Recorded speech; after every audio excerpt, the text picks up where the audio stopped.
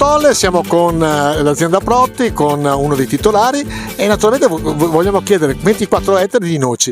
È un po' un'alternativa alle varie culture intensive di solito troviamo in questo territorio? Sì, è una cultura diciamo che ha preso piede già da diversi anni nella provincia di Rovigo. Qua nel Delta del Po c'è un'altra azienda qua vicino a Portoviro, ma nel comune di Porto Tolle è la prima. Abbiamo voluto un po' diversificare la nostra azienda, che principalmente è un'azienda estensiva, quindi cereali, barbabietola, roba medica, per una cultura specializzata come la noce, che ha un mercato totalmente diverso, ma è anche una cultura che ha esigenze molto diverse per le malattie, per le varie patologie che ci possono essere rispetto a un'azienda cerealicola.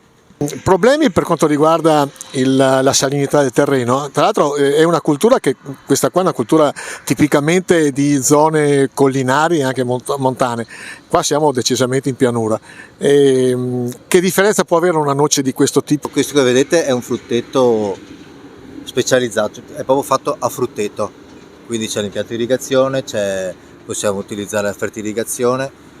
Voi forse avete visto le macchine, la raccolta è totalmente meccanizzata, la potatura, a parte i primi anni che viene fatta manualmente, dal quinto, sesto anno viene fatto con la macchina, quindi ha bisogno di poca manodopera. E rispetto alla collina è una cosa totalmente diversa. Oggi ci sono le aziende specializzate a noci, sono in Emilia Romagna e principalmente nel Veneto. Il problema che noi abbiamo riscontrato però purtroppo quando 5-6 anni fa abbiamo iniziato a proporre questa cultura, a cercare di fare questa cultura, è il problema dell'acqua. Noi l'anno scorso abbiamo avuto dal 10 di giugno al 30 agosto l'acqua salata, quindi non avevamo possibilità di irrigare e infatti le piante si sono praticamente bloccate, non sono morte miracolosamente, probabilmente perché noi qua sotto c'è l'acqua e quindi siamo bassi e forse in un altro areale probabilmente metà delle piante sarebbero morte. E quindi rimedio per questo problema? Domanda da $1 milione. Il rimedio a questo problema è intanto la famosa barriera che deve essere fatta al Po di Pila, però che io sono di natura ottimista, ma secondo me per i prossimi 15 anni non la vedremo, perché è un'opera, è un piccolo Mose, diciamo, e bisogna cercare di portare l'acqua nell'isola della Donzella da nord, tramite lo scolo Veneto, tramite altri canali dove arriva l'acqua da nord. Se no qui quest'anno non abbiamo avuto problemi di salinità, ma solo per il fatto che a maggio è stata una cosa unica, ha piovuto molto, se no si sarebbe ripresentato lo stesso problema. L'invaso che stanno facendo dovrebbe essere quasi pronto, o forse già pronto, a Polesine Camerini, e tra l'altro i lavori che hanno fatto nell'isola di Ariano non vi hanno portato beneficio in questa parte qua, ricordiamo siamo a Catiepolo. No, quegli invasi là, Volta Vaccari,